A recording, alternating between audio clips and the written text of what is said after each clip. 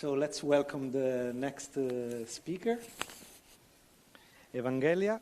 She's an electronics engineer in the beams department at CERN, working on the White Rabbit technology. She's part of the FTF committee, this conference. Thank you, Evangelia. And also a convener for the Accelerator Electronic Forum, a smaller scale FDF for the accelerator sector. She chairs the electronics forum at CERN, and she's part of this I said already. Thank you, Evangelia.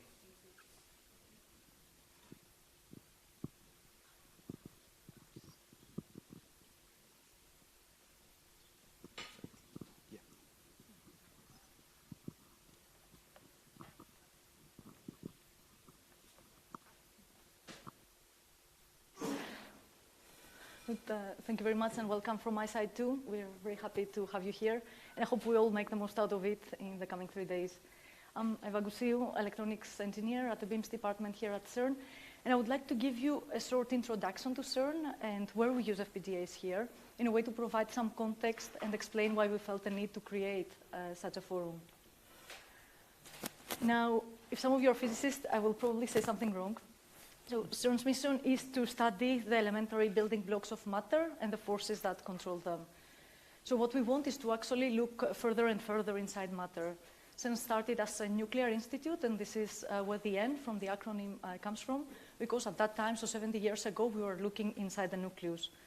Today, this is common knowledge, so what the nucleus is made of, and what the physicists are now trying to understand is how the fundamental particles that constitute it work and how they came to be.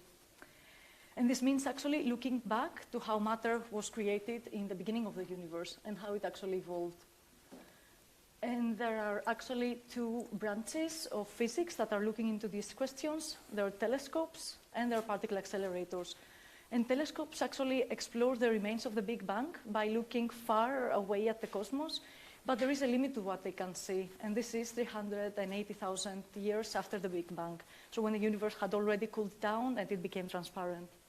So telescopes cannot see, so they cannot know what has happened before that. And this is where particle accelerators actually come in, so they try to recreate those conditions shortly after the Big Bang in a way to understand the structure and the evolution of matter. And here are, for example, some of the questions we try to answer here at CERN. The matter-antimatter asymmetry, so for reasons that nobody yet understands, the early universe had this tiny imbalance between matter and antimatter. Matter survived, and we still don't know what happened with the antimatter. And the theoretical models that we have so far cannot explain this asymmetry. And then all ordinary matter, so stars, planets, and all of us here, account only for around 5% of the whole universe. The rest is what we call dark matter and dark energy. And while we can infer their existence, we still don't know what they are. And again, the currently accepted theoretical models don't explain them.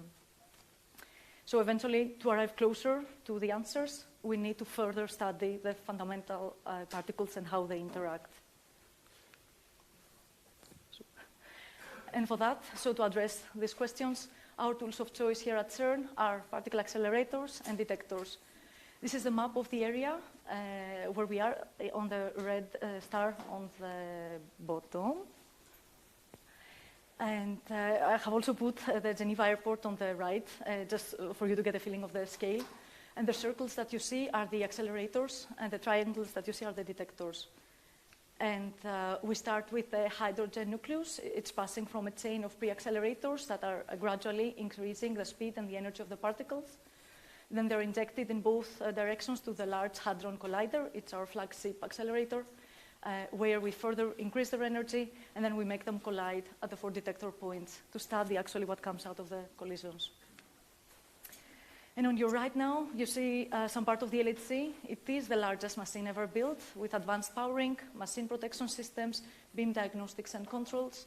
And on the left, you see 4 equally impressive detectors, 2 general purpose ones, the CMS and the Atlas, that look at any type of particle that comes out of the collisions, and 2 specialized ones, ALICE, that studies the very dense collisions of heavy ions, and LHCb, dedicated to the matter-antimatter asymmetry studies.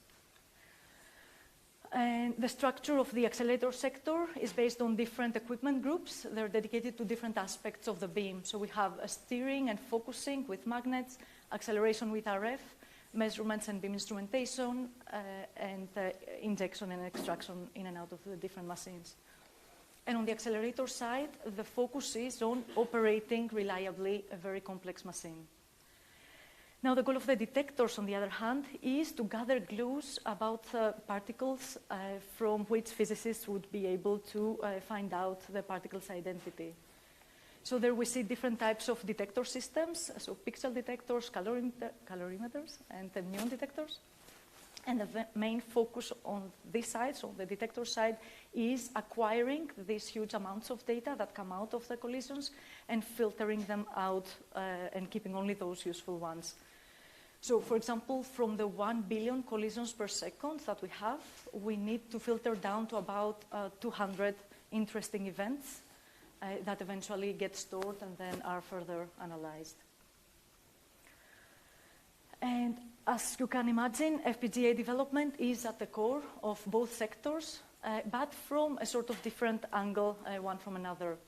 So on the accelerator community, we are around 100 electronics engineers, and we are mostly working on site here at CERN. We mostly write VHDL, and we have a domination of Xilinx FPGAs, with the Zinc UltraScale Plus being the main family for the upcoming run. And at the same time, we also have some radiation-tolerant microsemi FPGAs.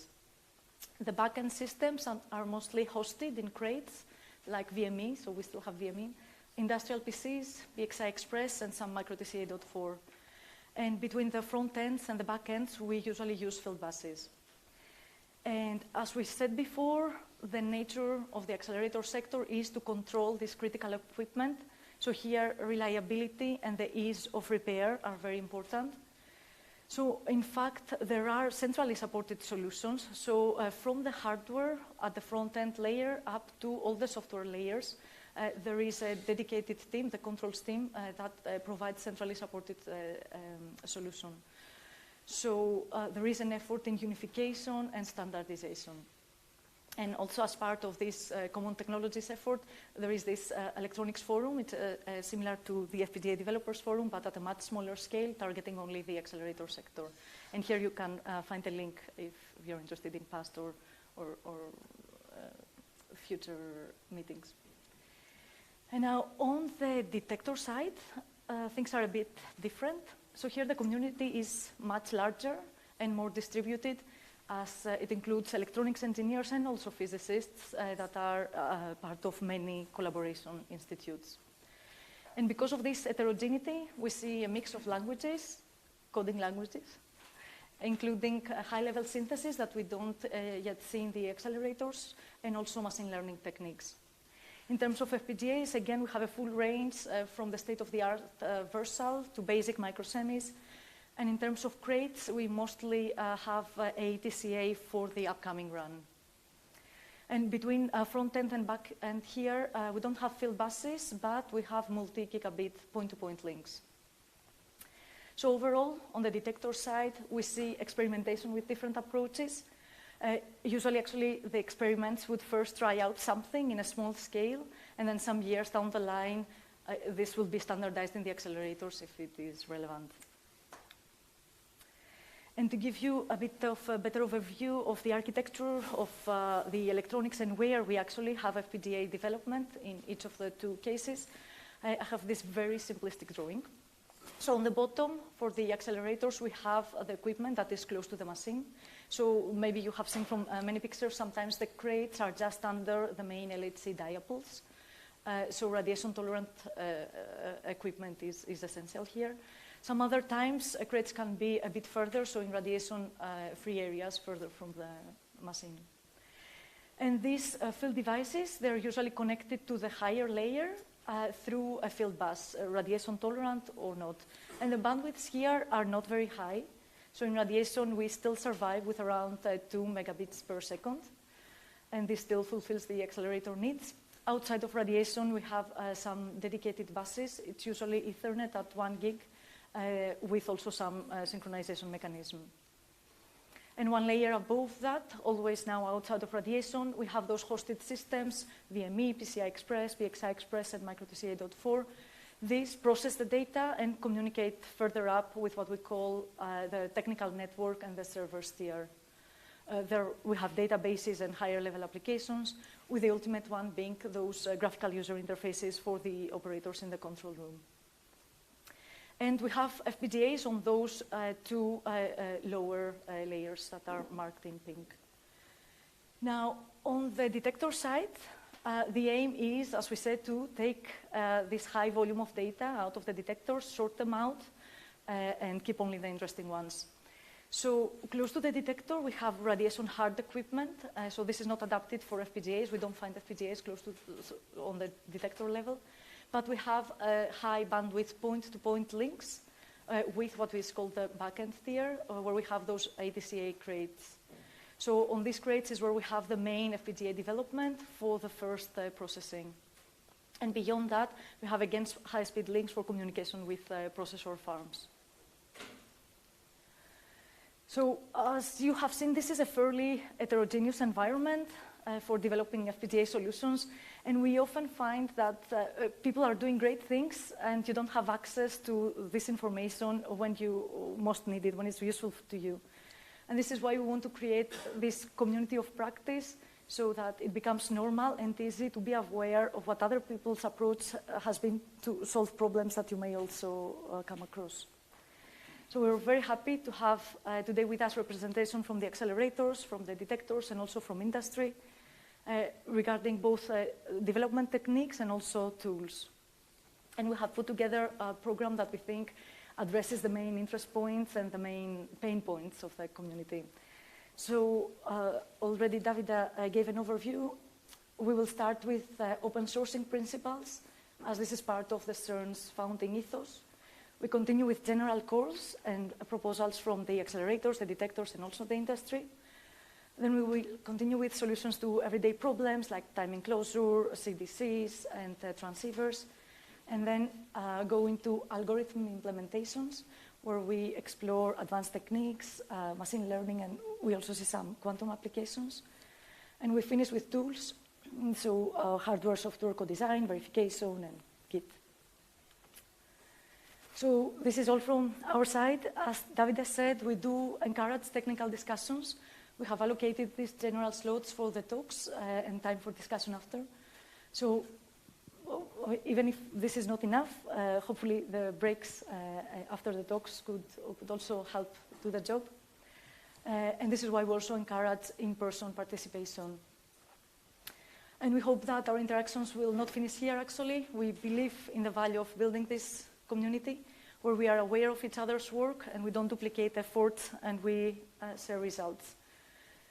The vision of this forum is to provide a space for inquiry and advice and to establish these concrete bridges and to make our individual efforts actually more fruitful.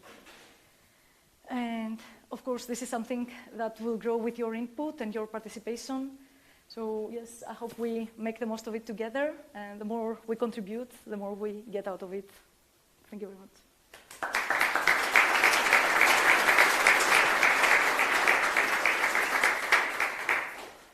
Thank you. Thanks.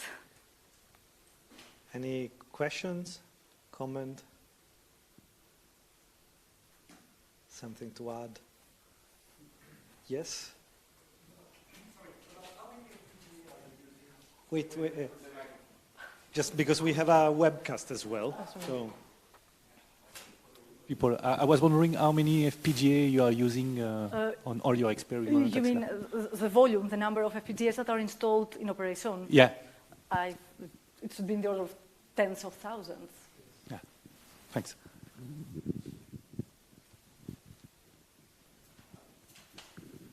Anything else?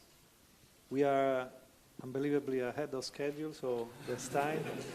But then the coffee break, because I can see that it can be like a little bit difficult to ask questions in this environment, but then we can make a longer coffee break, so it's fine. However, anything? Will the presentation material be available online? Say that again? Will the presentation material be available Yeah, so he's asking if the presentation will be available online. Yes, so the agenda on Indico is public already. So if people uploaded the talks, they are already available. Moreover, the webcast is also being recorded, and we will make it available. Sure. Yeah, we will make it available on the CERN archive there is a CERN archive, but also on YouTube. So yes, for example, so here, for Yeah. example, you could. If you download click them. there are already all the slides. If you don't see the slides, reload the page. Yeah, people are uploading it as we speak, probably. Anything else? Okay, so let's thank Eva again. Thank you.